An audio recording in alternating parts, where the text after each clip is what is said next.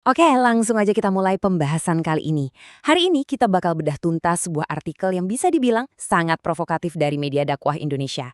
Artikel ini tuh nggak cuma ngomongin soal ekonomi makro yang bikin pusing, tapi narik garis lurus dari skenario fiksi konflik global di awal tahun 2026 langsung ke realitas keras yang dihadapin para buruh tiap harinya.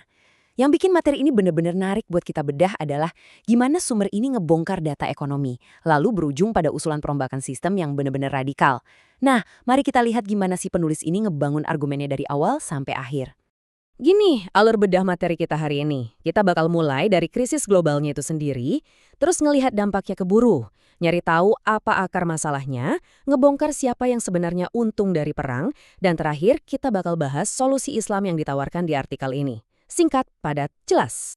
Oke, masuk ke poin pertama ya, soal krisis global. Nah, coba bayangin skenario ini. Menurut timeline di artikelnya, titik awalnya itu ada di Februari 2026, pas pecah perang antara Iran sama aliansi yang mereka sebut sebagai Aliansi Amerika Zionis. Dari situ, efek dominonya cepet banget. Beberapa minggu aja jalur Selat Hormuz kacau balau. Ini bukan sekedar isu militer ya, tapi beneran nyekik rantai pasok energi dunia. Terus dampaknya apa? Ya inflasi meroket gila-gilaan dan dunia beneran dihadapin sama ancaman stagflasi.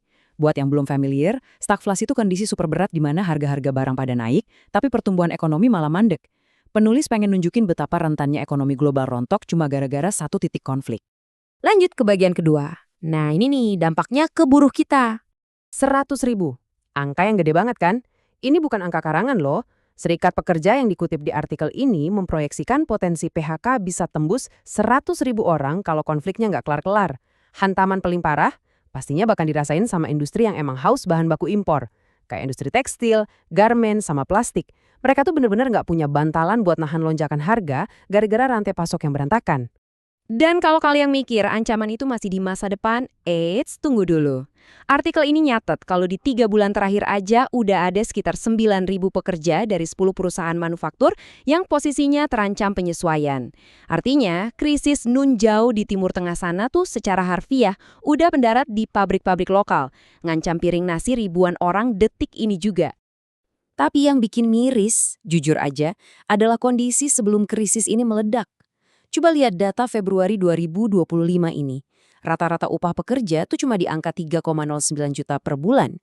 Lewat angka ini, penulis pengen negasin kalau jauh sebelum ada rudal yang ditembakkan, nasib buruh emang udah berdarah-darah.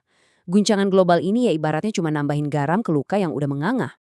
Makanya muncullah konsep yang disebut working poor atau pekerja miskin. Ini beneran realitas pahit buat lebih dari 86 juta pekerja kita yang ada di sektor informal dan outsourcing.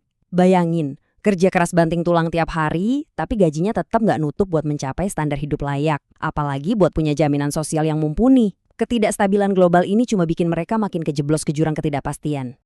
Tentu saja, pemerintah bukannya diem aja. Di artikel juga disebutin beberapa langkah mitigasi, kayak nguatin APBN, jaga rupiah biar nggak terjun bebas, ngadain dialog tripartit, sampai mastiin jaring pengaman sosial atau JKP tetap nyala. Tapi, nah ini poin penting transisi dari sumber kita, penulis ngerasa semua upaya ini ibarat cuma ngasih plester ke luka yang lagi pendarahan parah. Solusi-solusi ini dinilai nggak nyentuh inti penyakitnya sama sekali. Hal ini bawa kita ke satu pertanyaan yang lumayan bikin mikir. Apa iya perang ini yang jadi biang kerok utamanya? Disinilah artikel ngelakuin manuver analisis yang tajam banget. Kita diajak buat berhenti ngeliatin berita soal perang di permukaan dan mulai ngebedah sistem yang beroperasi diam-diam di belakang layar. Kita masuk ke bagian ketiga nih, akar masalahnya. Ada satu kutipan langsung yang ngerangkum seluruh pandangan penulis dengan sangat pas. Artikel ini berargumen kalau perang itu sebenarnya cuma katalisator aja. Perang cuma mempercepat ketidakadilan struktural yang emang udah dibangun sama, mengutip langsung dari teksnya ya, dominasi sistem sekuler kapitalisme. Menurut kacamata penulis, sistem ini emang sengaja didesain buat ngebiarin negara adidaya sama para elit pemilik modal ngeruk kekayaan sebanyak-banyaknya, sementara peran negara cuma dikerdilkan jadi regulator pasar bebas. Intinya, ngebiarin yang lemah dimangsa sama yang kuat. Terus gimana sama sistem alternatif yang sering digaungkan? Sosialisme misalnya?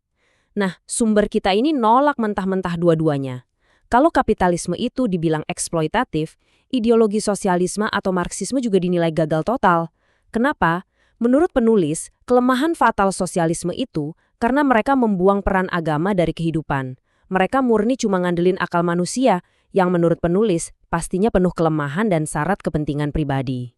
Lanjut ke bagian keempat, siapa sih yang sebenarnya cuan dari perang ini? Artikel ini belak-belakan banget ngeklaim kalau di bawah sistem kapitalis, perang itu bukanlah sebuah tragedi, melainkan mesin cetak uang. Mengutip publikasi bisnis Eropa, raksasa-raksasa kontraktor pertahanan barat kayak Lockheed Martin dan Boeing ini justru lagi panen duit dan ngelipat gandakan produksi di tengah konflik 2026. Penulis berargumen kalau para elit kapitalis ini punya lobi politik yang super kuat buat sengaja nyulut konflik, murni demi ngebuka pasar buat jualan senjata canggih mereka. Dan akhirnya kita sampai di bagian kelima, solusi yang ditawarkan oleh penulis.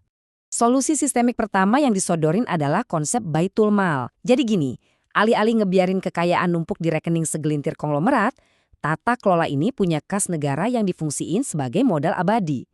Konsepnya, negara itu nggak boleh cuma duduk manis jadi wasit di pinggir lapangan. Negara harus turun tangan aktif jadi pengurus yang mastiin distribusi kekayaan itu benar-benar nyampe buat kesejahteraan tiap-tiap individu. Per orang loh ya. Biar lebih kebayang, ini ada 3 pilar utama ekonomi yang diuraikan oleh sumber ini. Pertama, kepemilikan umum. Penulis negasin kalau sumber daya alam itu mutlak milik rakyat. Haram hukumnya dikuasai swasta, apalagi asing. Kedua, pelarangan riba secara total, termasuk larangan monopoli dan penimbunan, biar duit itu benar-benar muter adil di masyarakat. Nah, yang ketiga, penerapan standar uang berbasis emas dan perak. Penulis yakin banget kalau sistem moneter ini bakal super stabil dan kebal dari yang namanya permainan nilai tukar atau penjajahan asing. Aturan-aturan inilah yang dianggap sebagai pelindung mutlak buat kaum buruh dari gujangan apapun.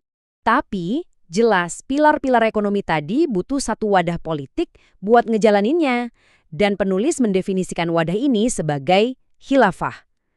Sistem kepemimpinan politik Islam yang bersatu ini diposisikan sebagai perisai pamungkasnya. Dengan menyatukan kepemimpinan politik, sumber ini berargumen kalau negara bakal tampil sangat kuat, berwibawa, dan gak bakal tunduk sama dikte atau eksploitasi negara-negara kapitalis global. Tujuannya buat melindungi buruh, biar gak terus-terusan jadi tumbal penjajahan modern. Jadi, sampailah kita di penghujung analisis kali ini. Ini bawa kita ke satu pertanyaan tajam yang ditinggalkan oleh penulis buat kita refleksikan bareng-bareng. Kalau perang dan krisis geopolitik itu beneran cuma sekedar pemantik yang nunjukin boroknya sistem, apakah modifikasi kebijakan pemerintah aja udah cukup? Atau tak perombakan total dari akar sistem ekonomi dan politik global kita adalah satu-satunya kunci nyata buat nyelamatin kesejahteraan kaum buruh? Ini adalah pertanyaan super provokatif dari media dakwah Indonesia yang pastinya ngundang kita semua buat mikir lebih kritis lagi soal struktur dunia tempat kita kerja hari ini. Terima kasih udah ikutan bedah materi yang intens ini bareng saya, dan sampai jumpa di pembahasan seru berikutnya.